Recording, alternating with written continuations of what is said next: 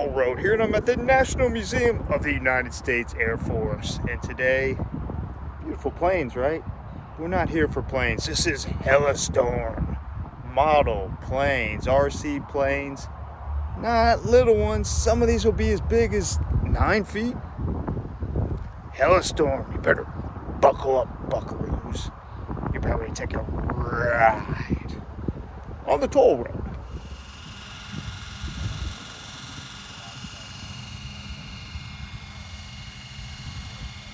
So HeliStorm is an event that brings enthusiasts of model RC planes from around the world. And now they're coming to Dayton, Ohio to the National Museum of the United States Air Force. We're going to get to see a lot of these in action. They're going to have competitions, see who's best at different maneuverabilities. And there are also going to be vendors. If you thought about getting one of these of your own, there's some here for sale that you can get. Let's check out what's in store here. But not only that, I think since we're going to keep in the helicopter theme, we're going to go inside the museum and check out some real life helicopters that have a little history behind them. The details on these things are absolutely amazing. If you didn't see it sitting right on a table here and maybe it was just in the grass or you're a little further away, you might think, hey, that's a real helicopter. You might recognize this one. This is Airwolf. For anybody remembers that show from the 80s? Come on down to center field, folks. Something's going on. Started with the precision hover flight competition. I better get to that. So this is Scott doing all the work with his thumbs. Now he holds it in a 90-degree perpendicular, or turn it nose in. This is where the controls are backwards. And look at him, rock solid, guys. This is years of flying and the skill that's developed over that time. And he can even do it even though he's almost on Medicare. Look how huge these things are. You think of these drones or, model RC stuff, and you don't expect them to be something that could actually do some damage or maybe even rescue a small person. You could probably have you could put your little pet in there as a pilot. That is cool. Look at all the details inside of that.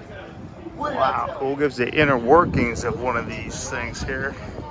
Kind of just a skeleton of it. That is amazing there. And then look, here's what would go on top of that. So that big thing there, and there's the innards. And then he'll rotate around and hover across to the other side. And these pilots are judged on realism, speed, and precision. Precision is how well did he follow the routine. Speed is, did he race along too fast that a helicopter would never go that fast if it was that small? And then realism overall. Scott's doing a fantastic job. He's got to descend, and when he does, I want to hear it from you. All right, give it up for Scott Sumwall. As I said, there are a lot of vendors here, so if this is a hobby that you think, hey, that might be for me, does look like fun, but I am going to warn you one thing. This is not a cheap hobby. Now, there are cheaper ones than this one right here, but if you're going to go full bore.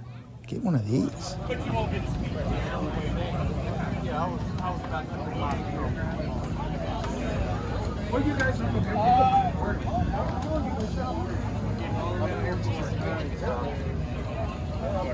G.I. Joe sold separate. That's it.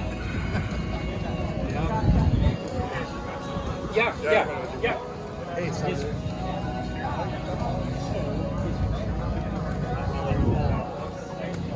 And it's kind of cool. They have simulators set up so you could try flying them on your own here without damaging $1,000 worth of equipment. In a hover with fierce fierce winds. Now, fortunately, the wind looks like it's blowing right towards the helicopter, and that's good for the takeoff. But when he rotates into a 90, he's going to have to hold the helicopter from drifting towards him. He's spooling up right now. All right, guys, let's give Spinner some energy here. Come on, let him hear it. Let's go, Mike! You can tell how shy he is. He's just kind of feeling where it wants to go. Look at that. Just a smooth takeoff. We'll take it up 8 to 10 feet and hold. And he'll go into his rotation. He can choose left or right. He went right.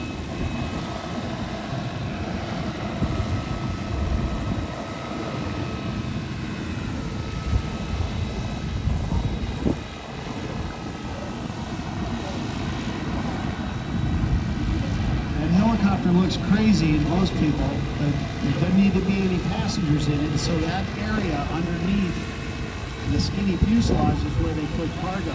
You can put anything from cargo boxes to lumber to a utility pole, telephone pole, whatever it is.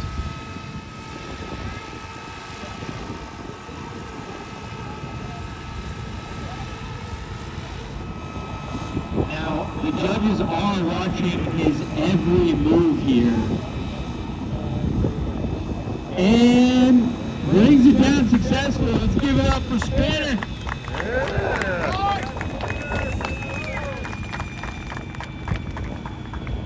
Florence, Oregon's own Mike Spinner.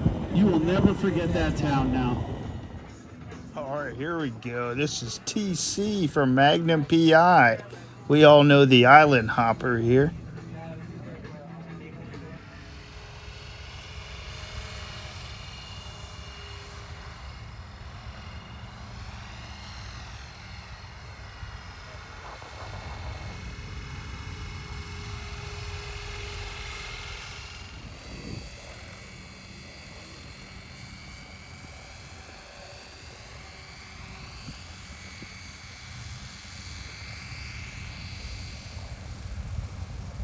So since I figured they had the HeliStorm here, why not go into the museum and check out all of the real helicopters they have on display here. And they have some beauties. Let's learn a little bit more about these. Pavlo 4, it had its missions. Its missions were to discreetly sneak across enemy lines. I mean, it's flying low. Get in there, support your special forces, maybe resupply them. Crucial helicopter during the Vietnam War. And look at this. I can even press a button, maybe get a little helicopter talk. Goes ready. Is that guy aiming at me?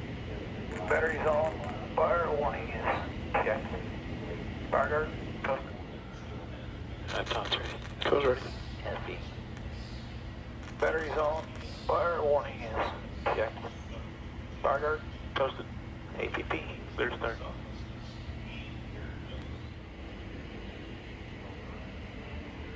So we're going to sweep around and take a look at the other side of the Pavlo. And if you think these side gunners right here look a little bit like you don't want to mess with them, wait till you see what we got around the back of this thing.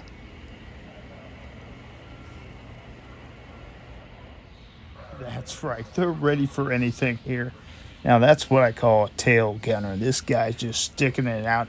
Get some, get some, get some. Next we're going to check out the CH-3E, the Black Mariah. Now it gets its name, of course, because of that black paint job, which came in handy because this was used for a lot of special missions. So the Black Mariah had a 3-man crew. You had your pilot, your co-pilot, and of course your flight mechanic. But this thing had cargo enough they could transport 25 troops, and generally this probably was behind enemy lines as well. Good way to sneak them in under darkness and take care of those aforementioned special missions.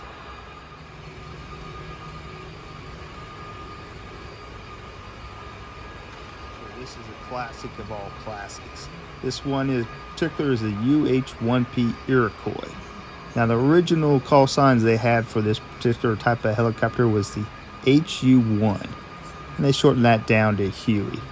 Now, the sound of the Huey's blades, that is so grained in the minds on what a helicopter sounds like that in a lot of the movies, even when it's not a Huey, they'll use the sound of the Huey rotors to give that authentic sound.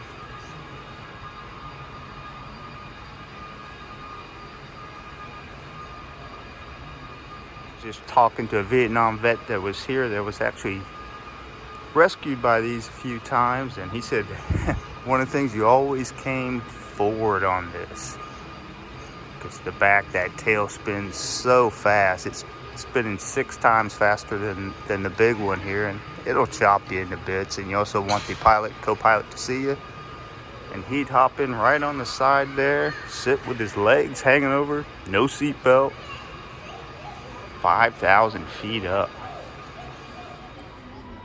So a lot of these Huskies are actually used like airborne fire trucks. They get over a crashed plane and they have the fire suppressant things hanging from below.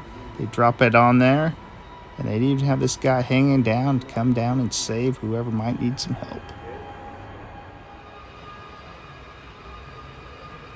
Jolly Green Giant you see before us here, it's a hero. This helicopter, the one you're looking at, not another model, not someone in another museum, this one here was responsible for the rescue of 27 American airmen during the Vietnam War. And the Jolly Green Giant itself was still used all the way up until the Desert Storm.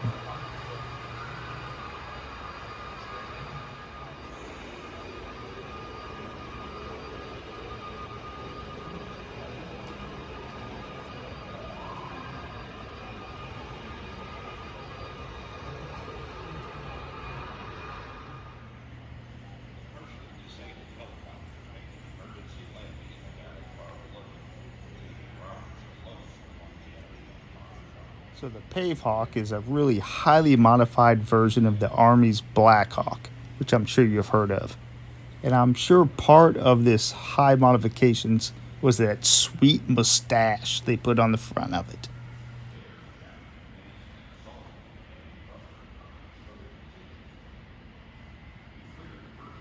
This Pave Hawk here actually was involved in the Iraqi Freedom Mission, saved behind enemy lines a crashed Chinook, and it was awarded the Mission of the Year for its bravery of its pilots. Good job, man.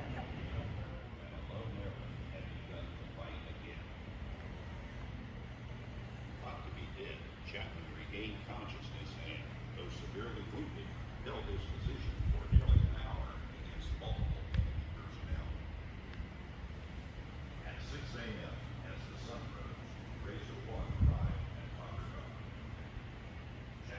All right, this is the Bell XZ3. It's a predecessor to the Osprey you might have seen, where it's part helicopter. Where's that rudder? Part helicopter, but part plane. So it has the vertical takeoff ability of a helicopter, yet when it gets airborne, it's got the mobility and the speed of an airplane. I'll point one more thing out about this helicopter that I really like. This would be perfect for sightseeing. Look at all this glass, so anywhere you look, you can see whatever. Of course, probably a big problem with dead bugs on the windshield, I guess.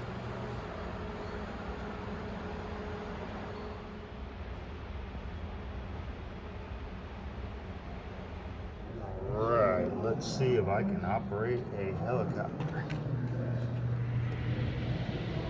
Whoa! Easy. Oh yeah, look at that. I am a natural helicopter pilot. Let me bring it around this way for you for a little better view. Yeah, well, a little spin, little spin, little spin. No, back this way. There we go. There's a view I'm looking for. So yes, I am a qualified helicopter pilot. One thing you have to remember when the Air Force Museum, look up. A lot of the cool stuff's gonna be above you, but don't look up too far. You might run into something, knock yourself over. Get a balance. Get yourself a balance. See? Stuff right above me. Right above me. And to the side.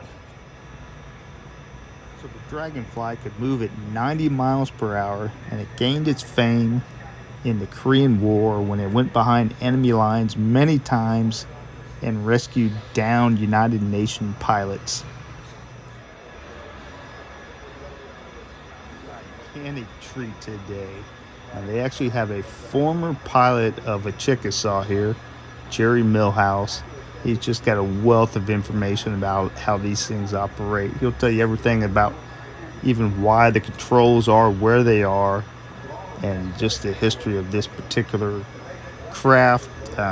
One thing about the Chickasaw kind of took the helicopter industry to the next level because it flew from the United States, crossed the Atlantic over into England, and it did it now not in one stop, but it took 5 stops, but it proved it could be done. It stopped and started in, I believe, Connecticut, flew into Canada and like Newfoundland, and into Greenland and Iceland before finally making its way all the way to England and Europe. Showing, hey, Lindbergh, you're not the only one can do it. Helicopters can do it too.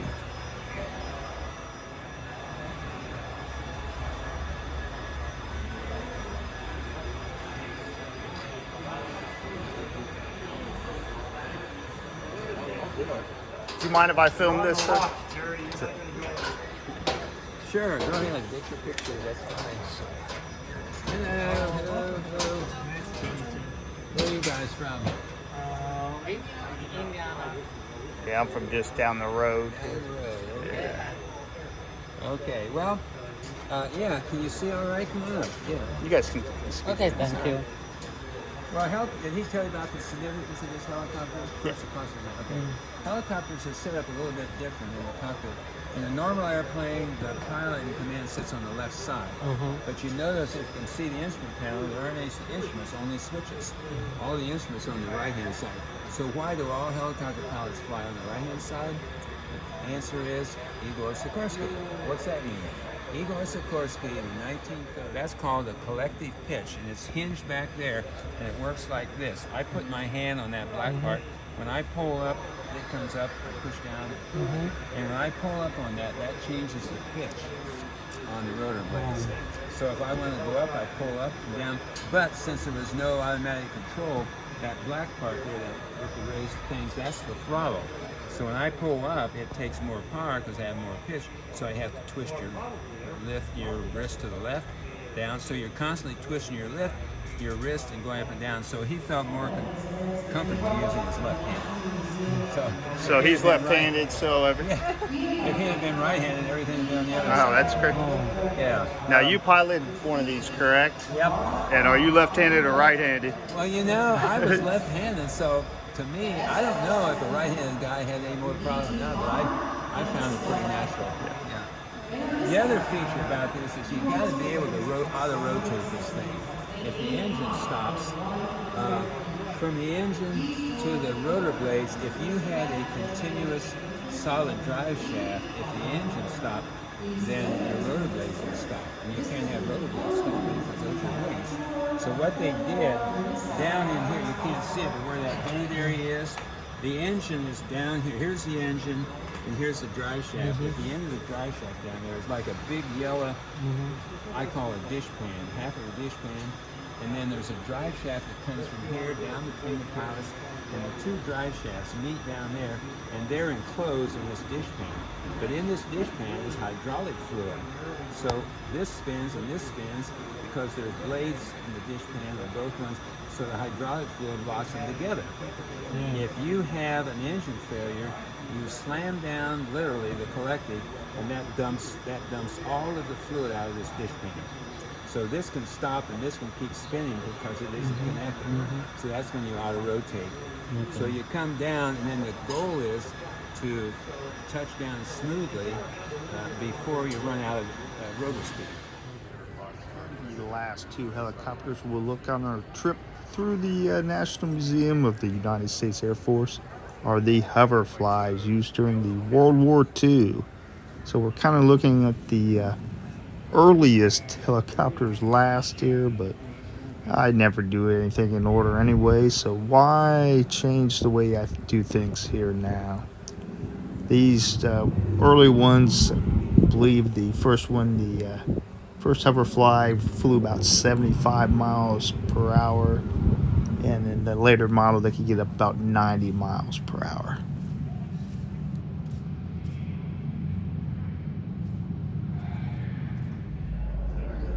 And here is Igor Sikorsky's induction into the National Aviation Hall of Fame.